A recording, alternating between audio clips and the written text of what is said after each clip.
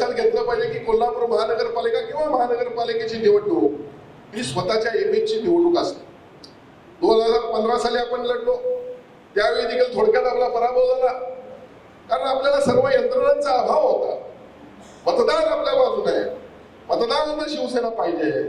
आणि आता खऱ्या अर्थानं ज्याचा उल्लेख सन्माननीय सुजित भाऊनी अंकुश निपाणीकरांनी या ठिकाणी केला की महानगरपालिकेमध्ये सत्ताधारी आणि विरोधी पक्षाचे दोन्ही कारभारी सन्माननीय शिवसेना प्रमुखांच्या आदर्श डोळ्यासमोर ठेवून, सन्माननीय एकनाथजी शिंदे साहेबांना काम डोळ्यापुढे ठेवून आज दोघांनी शिवसेनेमध्ये प्रवेश केलेला आहे.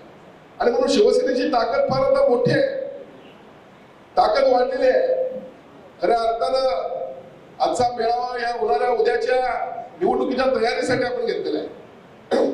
कार्यकर्त्यांच्या मनामध्ये दुखतो काय होतंय, तिकीट मिळतंय का नाही. खरं म्हणजे मी आपल्याला या मेळाव्याच्या माध्यमातून एक वचन देतो की सक्षम असलेल्या कुठल्याही कार्यकर्त्यावर मी अन्याय होऊन देणार नाही. पण बघा, निवडणुका ह्या निवडणुका लढण्यासाठी नसतात, निवडणुका ह्या निवडणुका जिंकण्यासाठी असतात. आणि ज्यावेळेला आपण निवडणूक जिंकू त्यावेळी या कोल्हापूर महापालिकेवर शिवसेनेचा भगवा फडकणार आहे.